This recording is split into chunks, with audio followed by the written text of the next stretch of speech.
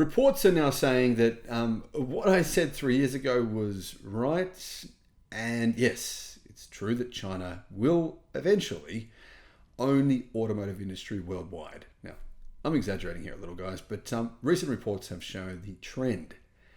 And it's just something that we need to accept. It's happening. By 2030, more than 1 in every 3 car sales worldwide will be a Chinese car. Now, I think these numbers are understating the reality, but here's what analysts have been saying. Hello, my friends. Welcome to the channel. I'm Sam Evans. You're watching the Electric Viking. It's great to see you. Thank you for tuning in. Guys, I just got my sauna going today. Finished sauna. It's a barrel sauna. If anyone wants to know about why I'm doing that and what it's all about, let me know. But anyway, it's quite an experience. Doing the cold therapy, my pool, it's freezing cold, jumping in there, jumping in the sauna, and now I'm feeling full of energy and ready to go. And it is a Sunday here in Australia. Now, getting to the story, China may deliver 1/3 of global vehicles by 2030, says this report. In fact, there's numerous reports saying this now. AlixPartners says that even as the US tries to protect the domestic market, Chinese automakers continue their steady march to global dominance. Now, the interesting thing is here, we know that BYD are building a factory in Mexico. That's announced. BYD have confirmed that. And do you think they're only going to sell their cars in Mexico? I don't think so. In addition to that, Volvo are manufacturing EVs in America as well. A little bit of a Trojan horse there. But also, companies like BYD and other Chinese car companies are building factories, Leapmotor, building factories in Europe to make EVs in Europe. But in addition to that, EV exports this year from China have grown by 60%. Chinese automotive brands are expected to achieve more than 33% market share across the globe by 2030, including 20% market share in Mexico, which is, come on, that's massively understating what's really going to happen in Mexico, surely. Anyhow, for Western automakers, it's not just competing in the Chinese market, it's competing with the Chinese automakers around the world, said Mark Wakefield, global leader of the automotive industrial practice at AlixPartners. If we just look at some really simple numbers here, guys, China already owns, it owns a bit more than 33% of the entire global car market in its own country. China on average sells around 26 million cars a year. The global car market's around 75 million cars. That means that more than 1 in every 3 cars worldwide is sold in China. And if we have a look at the Chinese, what's happening with Chinese cars in China, well, we would know first of all that this 33% number, it's already here. So AlixPartners is saying this will happen in 2030, but statistically speaking, if we're actually just objectively telling the truth here, they've already hit that 30%, 33% in fact, because right now every car sold in China is made in China.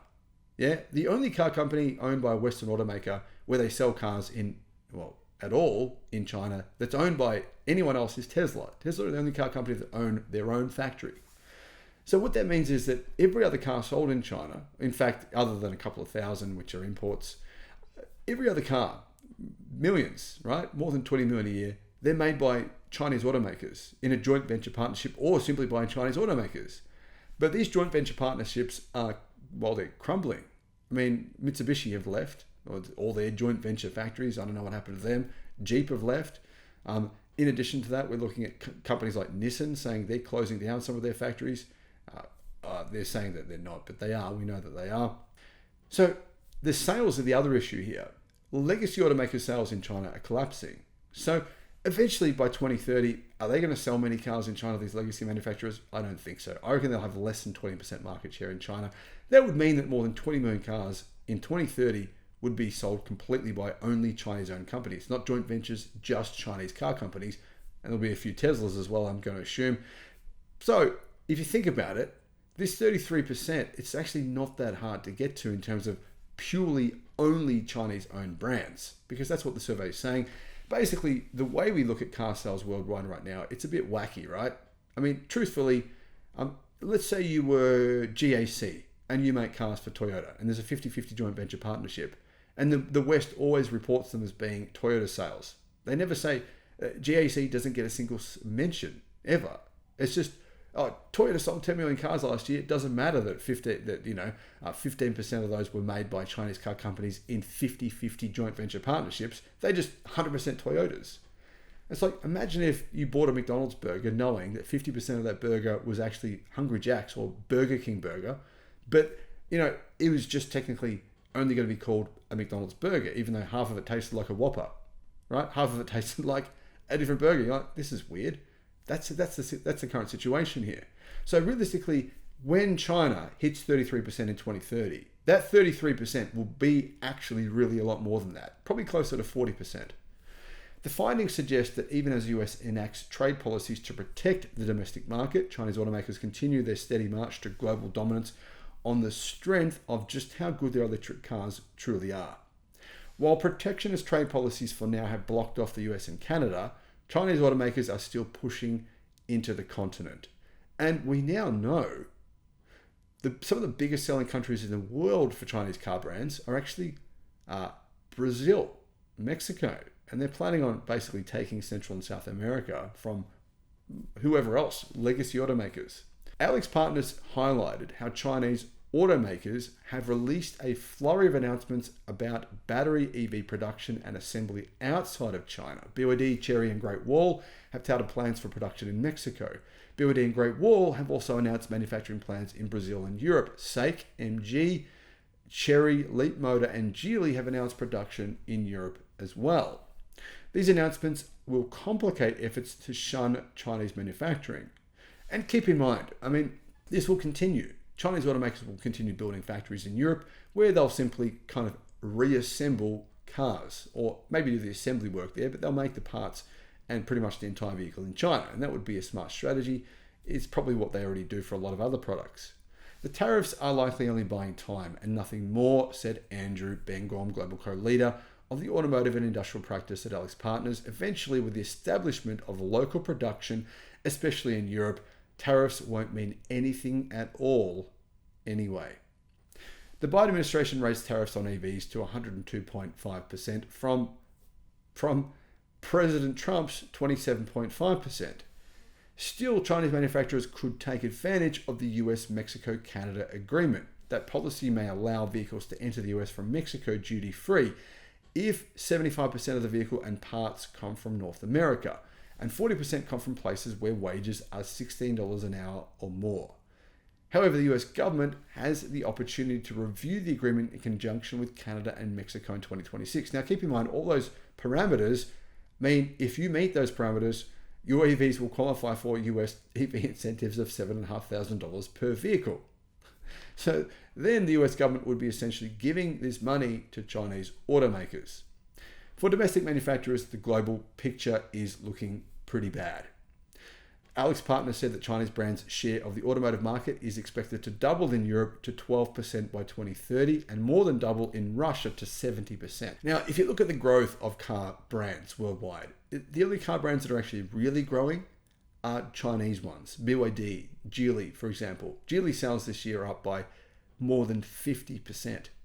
The firm anticipates Chinese brand share to triple in Central America and South America to 30% and nearly quadruple in the Middle East and Africa to 40%. Chinese brands are expected to achieve more than 30% market share in South Asia and Southeast Asia, up from only 3% in 2024. And this is true. Chinese brands are unquestionably targeting Southeast Asia. Why wouldn't you? Some of the vehicles being sold there are incredibly subpar vehicles, and to be honest, I think that's a really easy market for them to go after. Have a look at the EV sales in Thailand. It's completely dominated by Chinese car brands. The native brands currently have 59% of the market in China. Native brands, as in Chinese brands. But that share will reach at least 72%, said AlixPartners, by 2030. What that means is for the foreign companies, that is basically a shrinking market, said Wakefield. Now, there's no question that it's a shrinking market. The only question is how long will it take before these Chinese brands pretty much entirely eliminate legacy auto from China. And honestly, if you go to cities like Shanghai, go to the newer cities in China. When I say newer, I mean the ones that are more modern.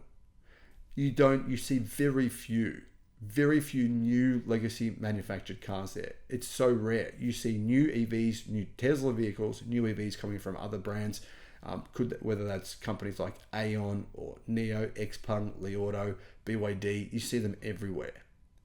And the rest of China generally follows those places. It's a little bit like California in the United States. Chinese manufacturers have taken advantage of several very unique benefits, says Automotive News and Alex Partners.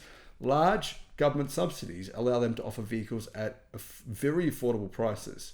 The BYD Seagull sells for around $10,000 but there are many competitors selling at even lower prices than that.